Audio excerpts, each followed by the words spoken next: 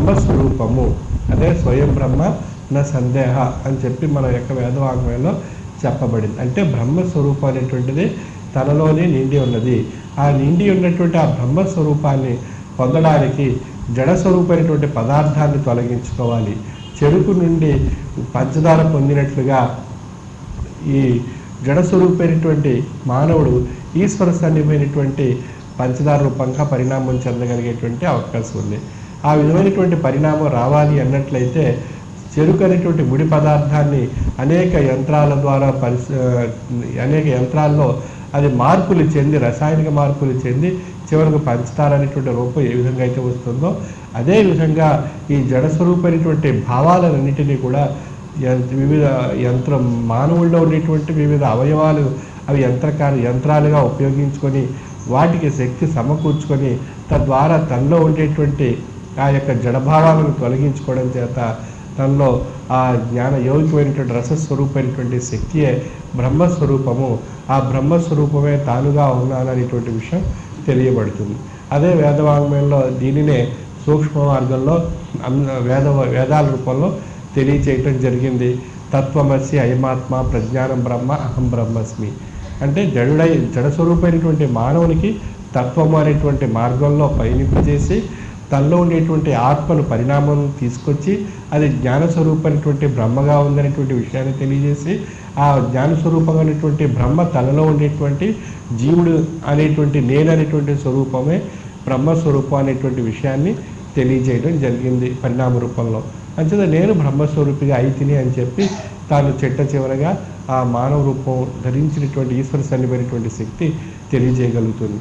అది తత్వమసి అనేటువంటి స్థాయి నుండి అహం బ్రహ్మస్మి అనేటువంటి స్థాయికి పరిణామం చెందగలిగింది.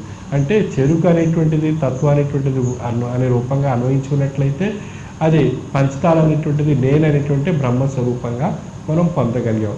ఆ విధమైనటువంటి పరిణామం రావాలి అన్నట్లయితే మానవుడికి యోగికమైనటువంటి జ్ఞానశక్తి అవసరము. ఆ యోగికమైనటువంటి జ్ఞానశక్తిని పొంది ధరించడానికే సృష్టికర్త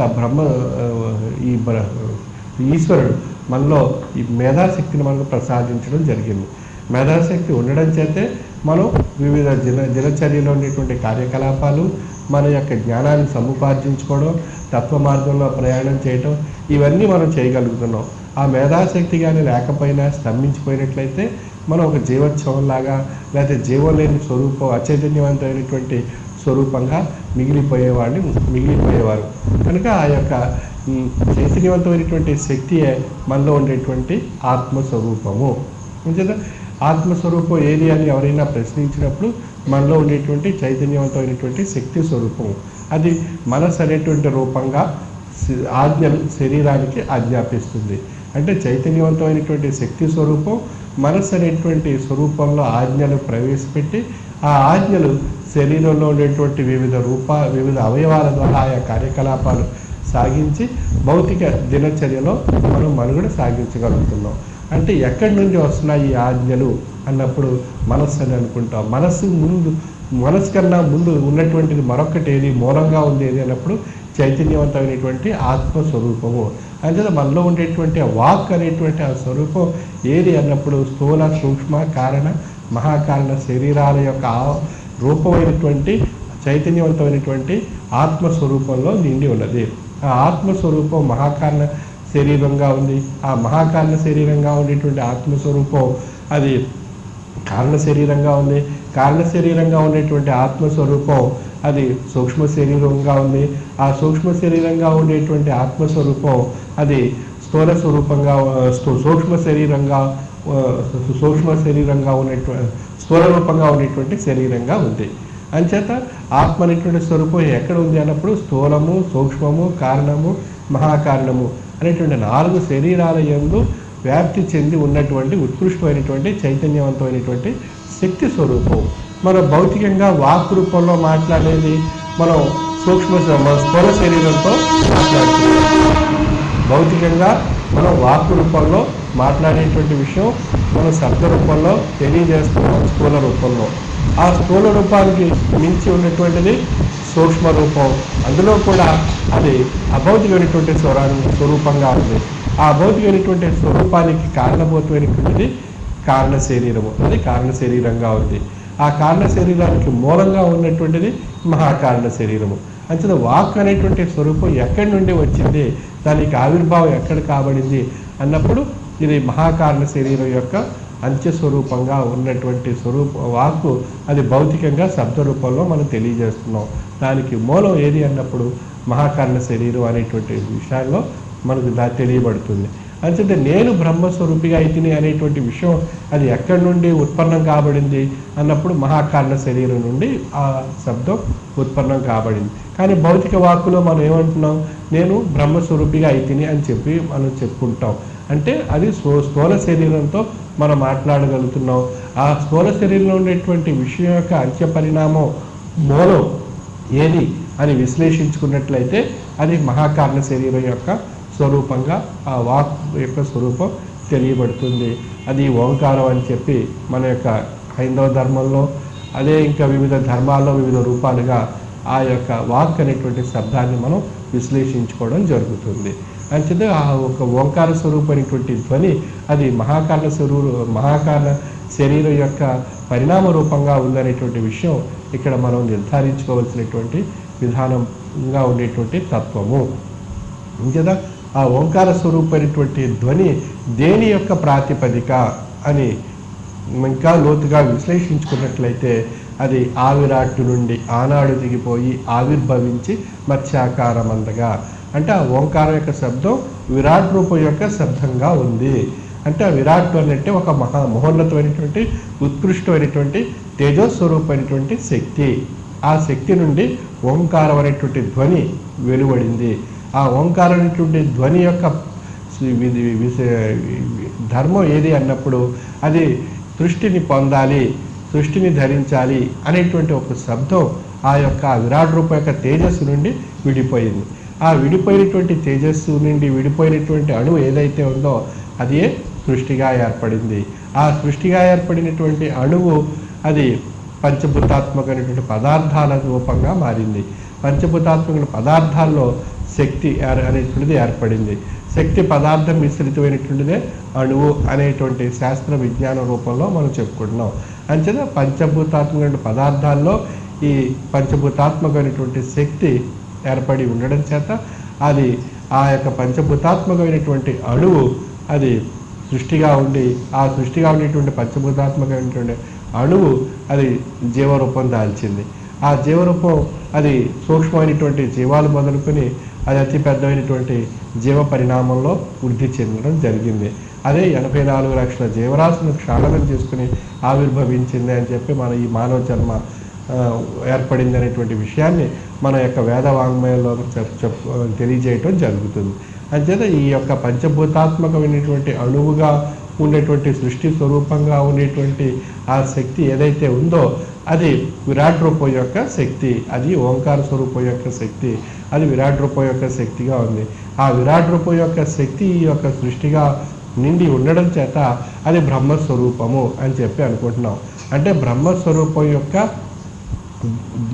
మూలం ఏది అన్నప్పుడు ఆ విరాట్ రూపం యొక్క స్వరూపం. ఆ విరాట్ రూపం యొక్క తేజస్సు ఏదైతే ఉందో ఆ తేజస్సే ఈ యొక్క సృష్టి రూపంగా దాల్చినటువంటి అణువులో కూడా నిండి ఉన్నది. అంటే ఆ విరాట్టు నుండి ఆనాడు తెగిపోయి ఆవిర్భవించి మత్స్యాకారమందగా అన్నటువంటి తత్వవేత్త యొక్క వాక్కులో ఉండేటువంటి విషయం ఆ విరాట్ రూపం నుండి తేజస్వరూపంగా ఉండేటువంటి అణువు ఏదైతే ఉందో ఆ అణువే ఆ సృష్టి స్వరూపంగా తెగినటువంటి సృష్టి స్వరూపంగా ఉన్నటువంటి అణువు.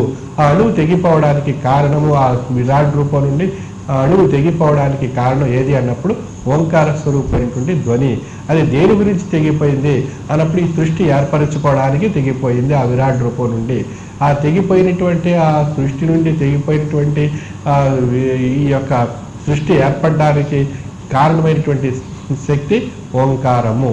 అంటే ఆ ఓంకారమైనటువంటి ధ్వని మానవుల్లో ఈ యొక్క జీవ పరిణామంలో చివరిగా వచ్చినటువంటి మానవుల్లో ఆ ఓంకార రూపమైనటువంటి ధ్వని నిండి ఉన్నది. ఆ ఓంకార రూపమైనటువంటి ధ్వని అది నేననేటువంటి స్వరూపంగా నిండి ఉన్నది. ఆ నేననేటువంటి స్వరూపం మనం తెలుసుకోలేకపోవడానికి తెలియబడకపోవడానికి కారణం ఏది అన్నప్పుడు మనం జడత్వము, దాన్నే భ్రాంతి, మాయా, సైతాను అని చెప్పి వివిధ గ్రంథాల్లో తెలియచేయటం జరుగుతుంది. అంటే ఆ జడ స్వరూపమైనటువంటి భావాలు భ్రాంతి రూపంగా మన ఆవహించి ప్రకృతిలో అనేక రకాలైనటువంటి విషయాల వైపు, వాంఛల వైపు మన దృష్టిని కేంద్రీకరింప చేయడం చేత మనలో ఉండేటువంటి ఓంకార స్వరూపమైనటువంటి ఆ విరాట్ రూపం యొక్క అణువు యొక్క శక్తి యొక్క తేజస్సుని మనం తెలుసుకోలేకపోతున్నాం. కారణం భ్రాంతి, మాయా, సైతాను అనేటువంటి విషయం చేత ప్రకృతి స్వభావమైనటువంటి వాంఛలను కోరికల రూపంలో మన మనసుని ఆవహించి మనని ఆ యొక్క దిశ వైపు మనం మార్చడం చేత మన యొక్క మనసు వాటి గురించి ఆరాటపడుతుంది తప్ప మనలో ఉండేటువంటి ఆ విరాట్ రూపం యొక్క శక్తిని తెలుసుకోలేకపోతున్నాం. అయితే ఆ విరాట్ రూపం యొక్క శక్తిని తెలుసుకోవడానికి మనలో ఆ యొక్క ప్రక్షాళన జరగాలి. అంటే జడత్వాన్ని తొలగించుకోవాలి. జడత్వాన్ని తొలగించాలంటే ఒక చెరుకులో ఉండేటువంటి తీపిని పంచదార గూళి కింద ఏ విధంగా అయితే మార్చగలుగుతున్నామో ఆ విధంగా జడుడైనటువంటి ఆ ముడి పదార్థంగా ఉండేటువంటి ఆ మానవుణ్ణి ఒక సూక్ష్మమైనటువంటి పంచదార గుళి కింద మార్చాలి అన్నట్లయితే దానికి కావలసినటువంటి ఆ శక్తి ఇంధనం ఏది అన్నప్పుడు జ్ఞానము అనేటువంటి ఒక ఇంధనం కావాలి. ఆ జ్ఞానం అనేటువంటి ఇంధనాన్ని మనం పొందాలి అన్నట్లయితే అది ఎక్కడి నుండి లభ్యం కాబడుతుంది ఆ ఇంధనం అన్నప్పుడు అది సద్గురువుల్ని, అవతార్ని, యోగుల్ని, తాత్వికుల్ని ఆశ్రయించి వారి నుండి పొందినటువంటి ఆ యొక్క జ్ఞానం అనేటువంటి ఇంధనం చేత మనలో ఆ జడస్వరూపమైనటువంటి శక్తిని తొలగించుకోగలుగుతున్నాం. ఆ జడస్వరూపమైనటువంటి శక్తి తొలగింపబడడం చేత మనలో జ్ఞానస్వరూపమైనటువంటి శక్తి వృద్ధి చెంది అది ఒక చెరుకుని పంచదార గుళి కింద ఏ విధంగా అయితే మార్చిందో జడస్వరూపమైనటువంటి మానవుణ్ణి ఒక పంచదార గుళి కింద మార్పు చేసేటువంటి శక్తి జ్ఞాన యోగికమైనటువంటి శక్తి చేత మనలో ఏర్పడుతుంది. ఆ జ్ఞాన యోగికమైనటువంటి శక్తి చేత మనలో ఉండేటువంటి విరాట్ రూపమైనటువంటి అణువే బ్రహ్మస్వరూపము. అదే స్వయం బ్రహ్మ నా సందేహ అనేటువంటి వేదవాక్కు రూపంగా తెలియబడుతుంది. అదే వేదాల్లో తత్వమసి, అయమాత్మ, ప్రజ్ఞానం బ్రహ్మ అంటే చెరుకు అనేటువంటి ముడి పదార్థం నుండి తత్వము, ప్రజ్ఞానం, అయమాత్మ, ప్రజ్ఞానం బ్రహ్మ ఈ 3 దశలు దాటిన తర్వాత చివరగా వచ్చే నేననేటువంటి బ్రహ్మస్వరూపానేటువంటి ఒక పంచదార గుళిక తయారు చేసుకున్నట్లుగా మనలో బ్రహ్మస్వరూపాన్ని మనలో ఏర్పరచుకునేటువంటి స్వశక్తి మనలో ఏర్పడడానికి కారణం జ్ఞానము అనేటువంటి శక్తి. అంటే ఆ జ్ఞానం అనేటువంటి శక్తిని పొందడానికే భగవంతుడు అంత్య జన్మగా జీవరాశి యొక్క చిట్ట చివరిగా వచ్చినటువంటి జన్మ అయినటువంటి మానవ జన్మకు ఆ మేధాశక్తిని ప్రసాదించడం చేత మనం జ్ఞానం అనేటువంటి శక్తిని మనం గ్రహించగలుగుతున్నాం. మరి మిగతా జీవరాశులకి ఆ యొక్క మేధస్సు ఉందా లేదా అని మనం ప్రశ్నించుకోవచ్చు. మిగతా జీవరాశి అన్నిటికీ కూడా ఆ యొక్క మేధాశక్తి ఉంది. అంటే వాటి యొక్క ఆకృతిని బట్టి, వాటి యొక్క పరిణామాన్ని బట్టి ఆ మేధాశక్తి వారికి ఆయా జీవరాశులకి ప్రసాదింపబడింది. మరి మనకన్నా చిన్నదైనటువంటి సూక్ష్మమైనటువంటిది చేమ యొక్క మేధాశక్తి మన యొక్క మేధాశక్తితో అన్వయించుకున్నట్లయితే ఎన్నో రెట్లు మన మానవుని యొక్క మేధాశక్తి పెద్దదిగా తెలియబడుతుంది. శరీరాకృతిలో చూసుకున్నట్లయితే మరి చేమకు మనకు చూసుకున్నట్లయితే ఎన్నో వేల రెట్లు మనం ఆకృతిలో పెద్దదిగా ఉంది. మరి అటువంటప్పుడు మరి మన మానవుడు అనేటువంటి రూపంలో మరి ఆత్మస్వరూపం ఉంది, మనస్సు అనేటువంటి స్వరూపం ఉంది, శరీరం అనేటువంటి స్వరూపం ఉంది. మరి చేమలో ఈ 3 స్వరూపాలు ఉన్నాయా లేదా అనేటువంటి ప్రశ్న మనలో ఉత్పన్నమైనప్పుడు ఈ 3 రూపాలు కూడా ఆ చేమ అనేటువంటి స్వరూపంలో కూడా తెలియబడుతున్నాయి.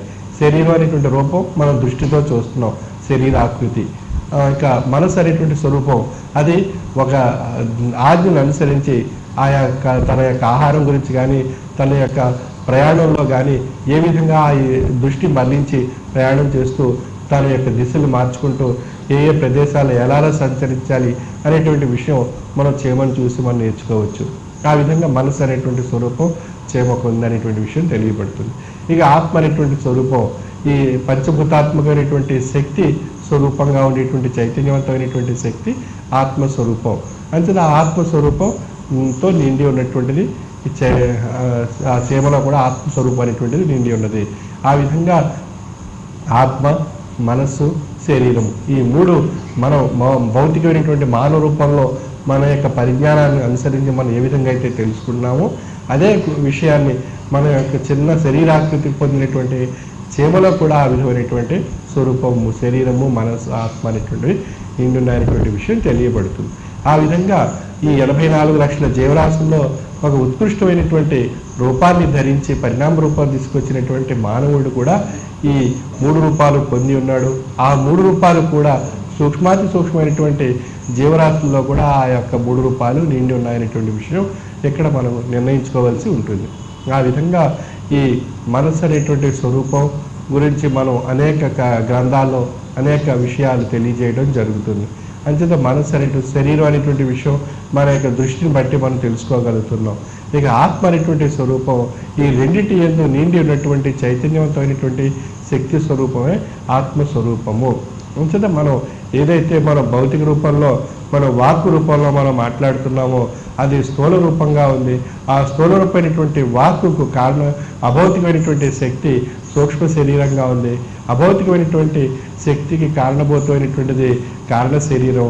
ఆ కారణ శరీరం యొక్క అంత్య పరిణామం మహాకారణ శరీరము అనేటువంటి విషయం తెలియబడేటువంటి విధానం మన నిరూపణ కాబడుతుంది. అంచేత దీనిలో మనం మాట్లాడే ప్రతి వాక్కు కూడా మనం ఏది అని మనం విశ్లేషించుకున్నట్లయితే అది మనం మనస్సు అనేటువంటి రూపంలో ఆజ్ఞలు ఏర్పడి ఆ ఆజ్ఞలు కారణభూతమైనటువంటి ఆత్మస్వరూపం నుండి వెలువడినట్టు అది ఆ శరీరం ద్వారా మనస్సు ద్వారా ఆ మనస్సు నుండి శరీరాన్ని యొక్క స్వరూపం ద్వారా ఆ యొక్క ఆజ్ఞలు మన కార్యరూపం దాల్చి మనుగడలో మనం సాగించడం జరుగుతుంది. అంటే భౌతికంగా మనం అనేక రకాల విషయాలు మనం మాట్లాడుకుంటూ ఉంటాం. మరి అనేక రకాల విషయాల్లో కొన్ని మంచి విషయాలు ఉంటాయి, కొన్ని దుర్భావాలతో కూడినట్టుంటాయి, కొన్ని సద్భావాలతో కూడినటువంటి విషయాలు ఉంటాయి.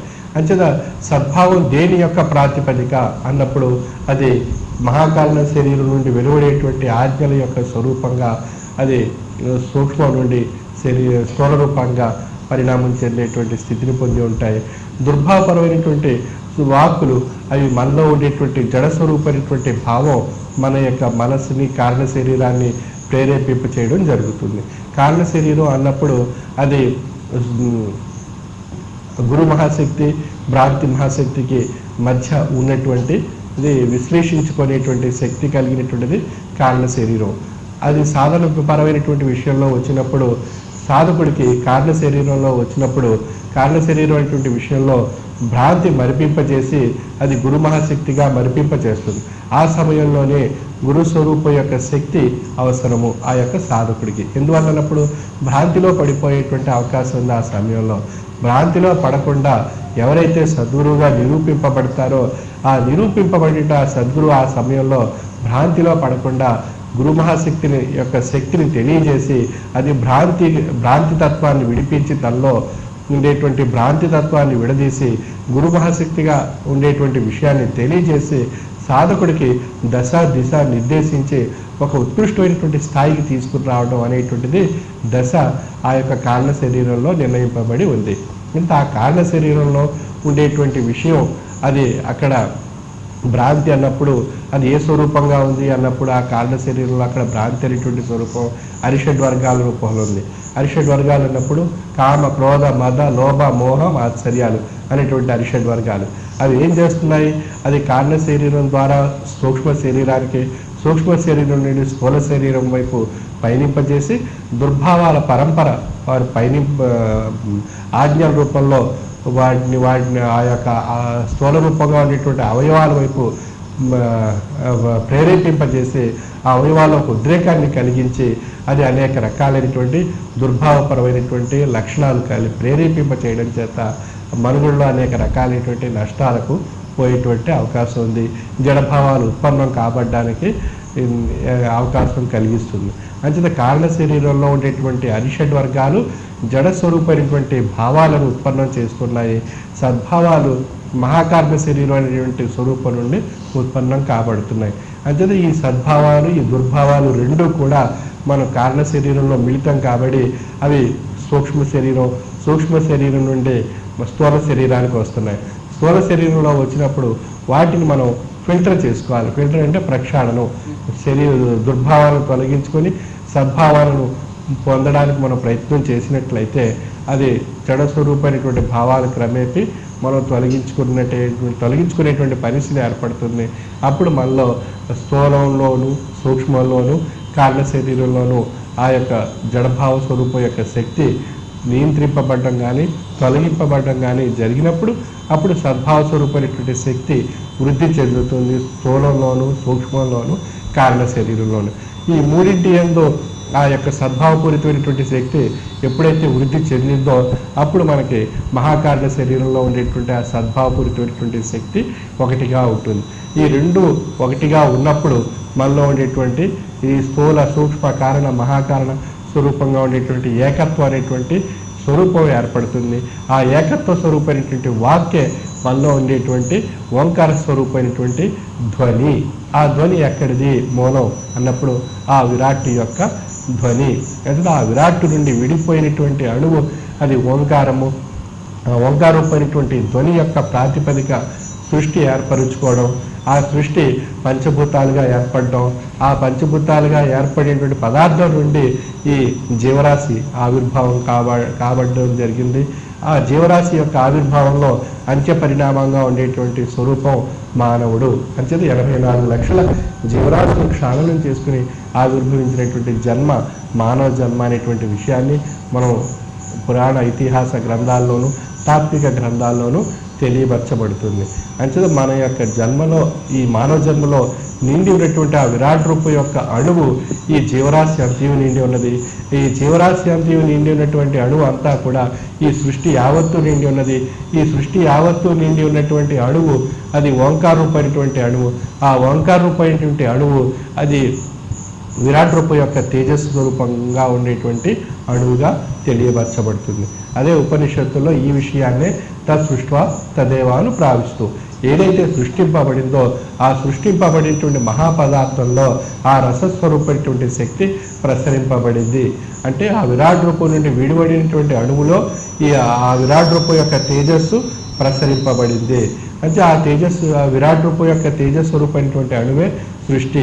ఆ సృష్టిలో జీవరాశి, ఆ జీవరాశిలో అంత్య యొక్క స్వరూపం మానవుడు. ఆ మానవుడిలో ఉండేటువంటి ఆ విరాట్ రూపమైనటువంటి అణువు యొక్క శక్తి తెలుసుకోవాలి అనే ప్రాతిపదికలో మానవుడు భగవంతుడు అనేటువంటి స్వరూపం గురించి ప్రయత్నం చేస్తున్నాడు. ఆ ప్రయత్నం చేసేటువంటి స్వరూపంలో తనకు కావాల్సింది ఏది అన్నప్పుడు జ్ఞానము. ఆ జ్ఞానం అనేటువంటి శక్తిని మానవ రూపంలో ఆ భగవంతుడు మనకు ఆ జ్ఞానాన్ని ప్రసాదించడం జరిగింది. ఆ జ్ఞానులే ఆ జగమున ధర్మము నెలకొల్పగా ఈశ్వరుడు ఒక దివ్య వ్యక్తిని పంపును అనేటువంటి విషయం మనం తెలుసుకుంటున్నాం. అంటే జగత్తులో ఆ ఈశ్వరుడు అనేటువంటి రూపం మానవ రూపంగా ఆ వాక్కు మానవ రూపాన్ని ధరించి, ఆ మానవ రూపమైనటువంటి వాక్కు మానవ రూపం ఈశ్వరవాడి రూపంగా తెలియపరచబడుతుంది. జగమున ధర్మము నెలకొల్పగా ఈశ్వరుడు ఒక దివ్య వ్యక్తిని పంపును యుగ యుగమునకు అతడే ఆ సగుణాత్మకుడైన సారసాక్షుడు గంటే. అంటే ఆ ఈశ్వరవాణి మానవ రూపంగా వాక్కును ధరించి అది అవతార రూపంలో, యోగుల రూపంలో, తాత్వికుల రూపంలో, సద్గురు రూపంలో ఆ యొక్క ప్రబోధాత్మకమైనటువంటి జ్ఞానాన్ని మనకు ప్రసాదించడం జరిగింది.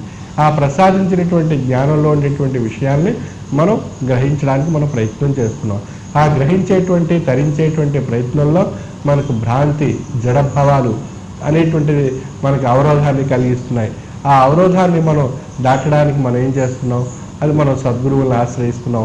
వారు ప్రబోధించినటువంటి జ్ఞానం వైపు దృష్టిని మరల్చేటువంటి ప్రయత్నం మనం చేస్తూ, మనం ఈ భౌతికమైనటువంటి సంసారపరంగా, సామాజిక పరంగా, లౌకికపరమైనటువంటి విషయాలు మనకు అనేక రకాలైనటువంటి అవరోధాన్ని కలిగించడానికి ప్రయత్నం చేస్తున్నాయి.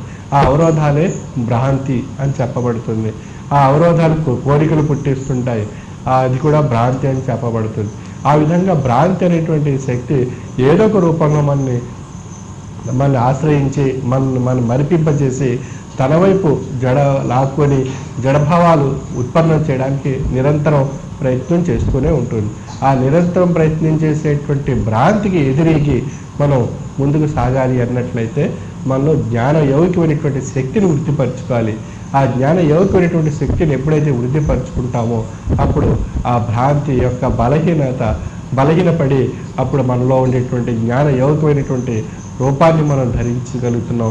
ఆ జ్ఞాన యౌకికమైనటువంటి రూపాన్ని ధరించడం చేత మనలో ఏదైతే ఆ ఈశ్వరవాడి మానవ రూపాన్ని ధరించిందో ఆ ఈశ్వరవాడి యొక్క వాక్కు స్వరూపమైనటువంటి శక్తి జ్ఞాన రూపంలో మనం పొందుతున్నాం. జ్ఞానం యొక్క శక్తి యొక్క స్వరూపం మనలో ఓంకార రూపమైనటువంటి ధ్వనిగా పరిణమిస్తుంది. ఆ ఓంకార రూపమైనటువంటి ధ్వని మహాకారణ శరీరం రూపంలో అది కారణ శరీరంగా, కారణ శరీరం నుండి సూక్ష్మ శరీరం నుండి స్థూలమైనటువంటి శరీరంగా పరిణామం చెందుతున్నాం. ఆ విధంగా మనలో ఉండేటువంటి నేను బ్రహ్మస్వరూపిగా అయితేనేటువంటి శబ్దస్వరూపమైనటువంటి ధ్వని అది ఓంకారం మన బ్రహ్మస్వరూపం అనేటువంటి విషయం నిర్ధారింపబడుతుంది.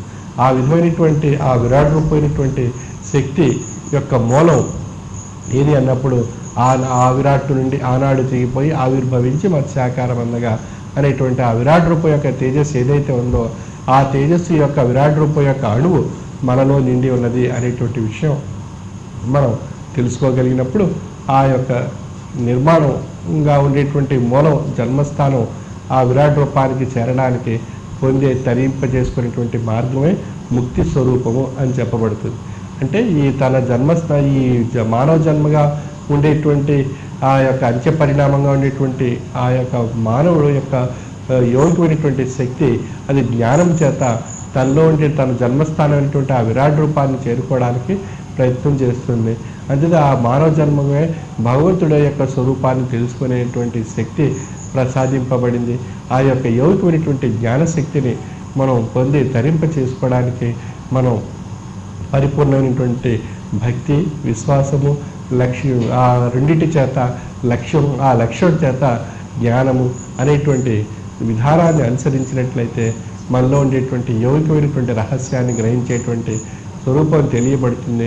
అటువంటి యౌగికమైనటువంటి రహస్యాన్ని అనుభవ రూపంలో గ్రహించి తరింపజేసుకునేటువంటి యౌగికమైనటువంటి తత్వస్వరూపం శ్రీ విశ్వ విజ్ఞాన విద్య ఆధ్యాత్మిక పీఠం యొక్క తత్వము.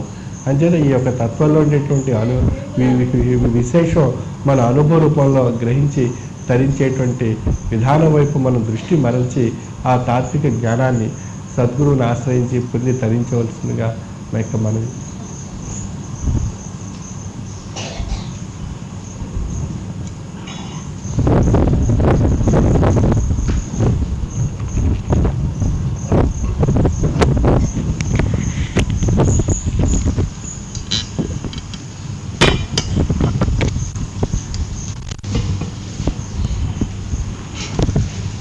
స్వామి వారి యొక్క దివ్యమైనటువంటి వాక్రూపంలో ఈశ్వర రహస్యాన్ని మనకి తెలియచేస్తారు. అందుచేత విరాట్ రూపం నుండి ఓంకార రూపంలో విడివడినటువంటి ధ్వని పంచభూతాలుగా మారి 84 లక్షల జడజనములుగా ఆ తర్వాత మానవునిగా పరిణామం చెంది ఆ మానవుడు మరలా స్థూల సూక్ష్మ కారణ మహాకారణ శరీరాల ద్వారా సద్గురు ప్రబోధిత జ్ఞానామృతం ద్వారా ఆ యొక్క జడత్వాన్ని నిర్మూలింప చేసుకుని ఆ యొక్క ఫ్యాక్టరీలో చెరుకు ఏ విధంగా పంచదార రూపంలో పరిణామం చెందుతుందో జడస్వరూపమైనటువంటి మానవుడు ఈశ్వర రసస్వరూపిగా పరిణామం చెందేటటువంటి మార్గాన్ని ప్రబోధించేటటువంటి ఆ మహానుభావుడు నోటి అంతా వచ్చేటటువంటి ఆ అభౌతికమైనటువంటి వాక్ స్వరూపమే వాక్కు. అటువంటి మహోన్నతమైనటువంటి వాక్కును మనం స్వామి నుండి విన్నాం. ఈ విషయాలు మళ్ళా మన ఆరాధనా కార్యక్రమాల్లో మనం తోటి సభ్యులకి తెలియచేసినట్లయితే వారు కూడా ఎంతో సంతోషించడం జరుగుతుంది. ఆ విధంగా ప్రతి ఒక్కరు కూడా ఆరాధనా కార్యక్రమాలకు వెళ్ళడం, అదేవిధంగా స్వామి చెప్పినటువంటి ఇక్కడ పిఠాపురంలో స్వామి ఆజ్ఞాపించినటువంటి విషయాల్ని పిఠాపురంలో మళ్ళా చెప్పినటువంటి ఆ జ్ఞానామృత రహస్యాల్ని మన ఆరాధనా కార్యక్రమాల్లో తోటి సభ్యులకి చెప్పవలసిందిగా ప్రతి ఒక్కరికి కూడా మనకి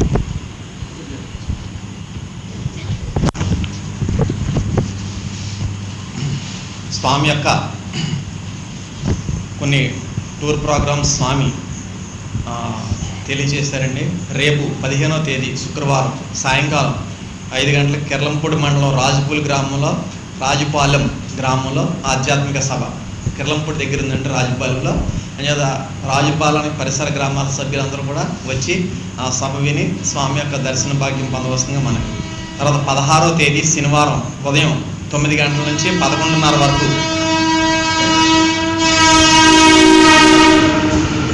రాజవమ్మంగి గ్రామంలో సభ జరుగుతుందండి.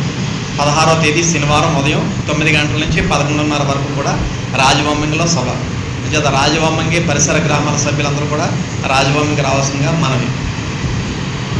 తర్వాత 17వ తేదీ ఆదివారం ఉదయం 9 గంటల నుంచి 10 గంటల వరకు కూడా గూడెం, విజయనగరం జిల్లా గుర్ల మండలం గూడెం అనేటువంటి గ్రామంలో ఉదయం 9 గంటల నుంచి 10 గంటల వరకు కూడా స్వామి యొక్క దర్శన భాగ్యం లభిస్తుందండి. అదేవిధంగా ఉదయం 11 గంటల నుంచి 12 గంటల వరకు కూడా పెరుమాలి అనేటువంటి గ్రామంలో, తెరలాం మండలం పెరుమాలి అనేటువంటి గ్రామంలో స్వామి యొక్క దర్శన భాగ్యం లభిస్తుంది. అంచేత విజయనగరం జిల్లాలో ఉన్నటువంటి వారు ఎవరినో ఉన్నట్లయితే దయచేసి ఆ గుర్లాం మండలంలో ఉన్నటువంటి గూడెం గ్రామానికి కానీ లేదా తెరలాం మండలంలో ఉన్నటువంటి పెరుమాలి గ్రామానికి కానీ 17వ తేదీన ఆదివారం ఉదయం 9 to 10, 11 to 12 మధ్యలో ఆయా గ్రామాలకు వచ్చి స్వామి దర్శనం చేసుకోవాల్సిందిగా విజ్ఞప్తి. విశాఖపట్నం, శ్రీకాకుళం, విజయనగరం జిల్లాలు 3 జిల్లాల వారు కూడా అక్కడికి వచ్చి స్వామి దర్శనం చేసుకోవాల్సిందిగా విజ్ఞప్తి చేస్తున్నాం. తర్వాత 22వ తేదీ శుక్రవారం ఉదయం 10 గంటలకు కొత్త తుంగపాడు రాజానగరం మండలంలో స్వామి యొక్క సభ ఏర్పాటు చేయబడిందండి. కొత్త తుంగపాడు పరిసర గ్రామాల సభ్యులందరూ కూడా శుక్రవారం నాడు 22వ తేదీ ఉదయం 10 గంటలకి వచ్చి ఆ స్వామి యొక్క సభ విని స్వామి దర్శనం చేసుకోవాల్సిందిగా విజ్ఞప్తి చేస్తున్నాం. ఈ విధంగా అవకాశం ఉన్నటువంటి ప్రతి ఒక్కరు కూడా ఎక్కడెక్కడైతే స్వామి సభలు జరుగుతుంటాయో అక్కడక్కడికి విచ్చేసి స్వామి యొక్క మహోన్నతమైనటువంటి ఆశీర్వాదాన్ని పొందవలసిందిగా మనవి. అదేవిధంగా మనకి ఈ ఆత్మ పరిణామాన్ని తెచ్చేటటువంటి మహోన్నతమైనటువంటి మార్గం తత్వజ్ఞానం మాసపత్రిక. ఇంచేత స్వామి యొక్క వాక్ సందేశం అంతా కూడా మరలా మనకి తత్వజ్ఞానం మాసపత్రిక రూపంలో వస్తుందండి. అంచేత ఆ మాసపత్రికను మరలా మనం చదువుకున్నట్లయితే మనం ఒకసారి మరలా స్వామి చెప్పిన జ్ఞానాన్ని నెమరు వేసుకున్నటువంటి వాళ్ళు అవుతాం.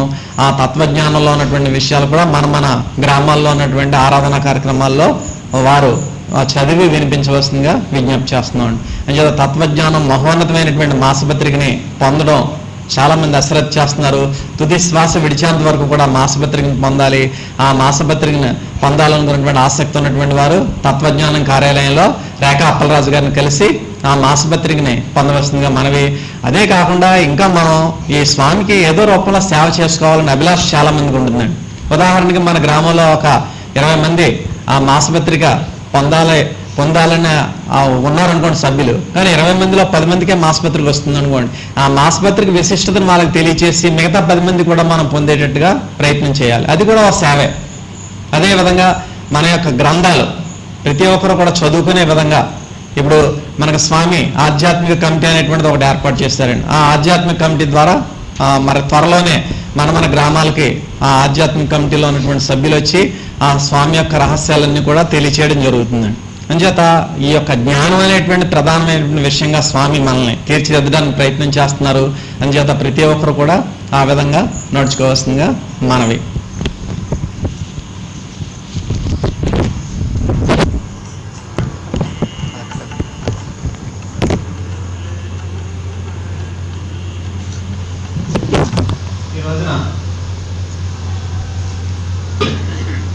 ఆరాధన కార్యక్రమాలు నిర్వహించేవారు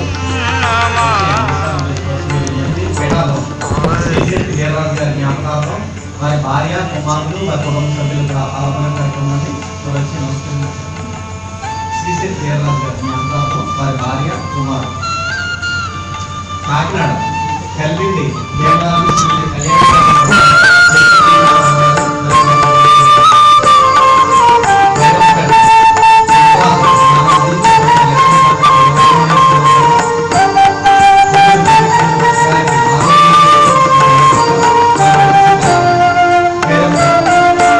అమృతలింగ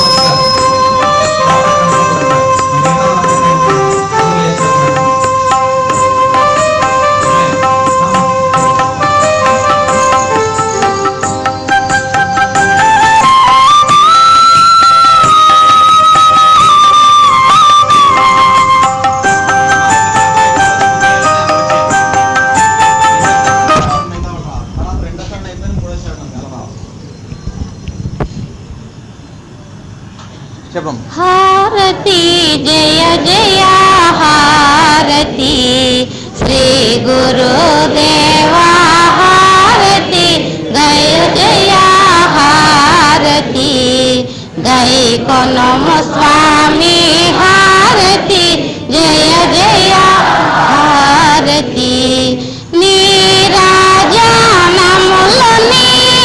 పేరు పేరున గూర్చి నీరాజనములని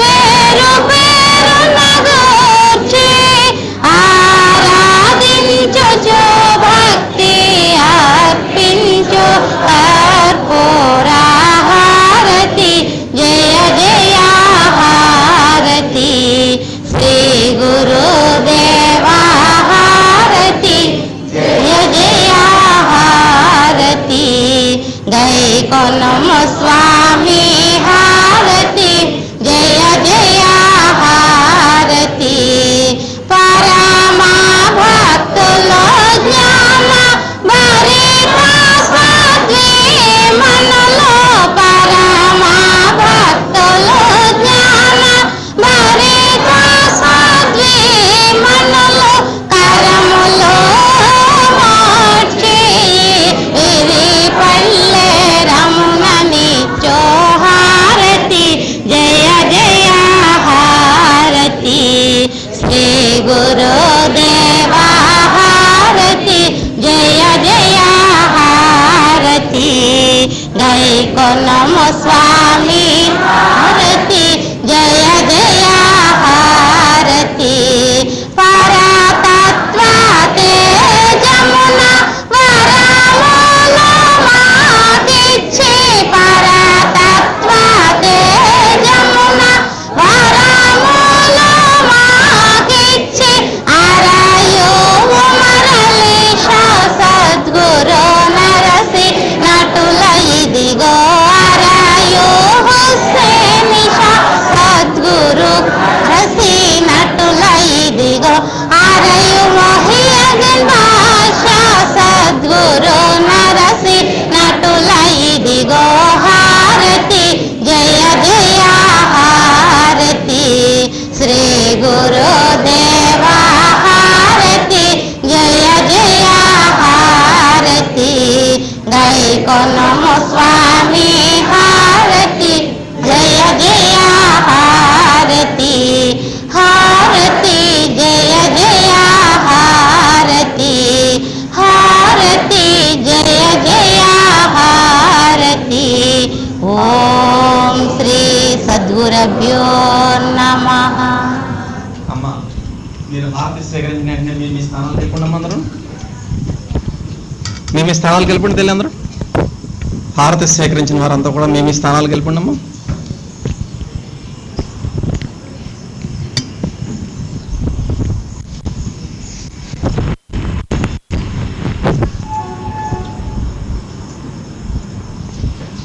సభ్యులంతా కూడా హారతి స్వీకరించిన అనంతరం ఎక్కడి వారు అక్కడే కూర్చోవాలి.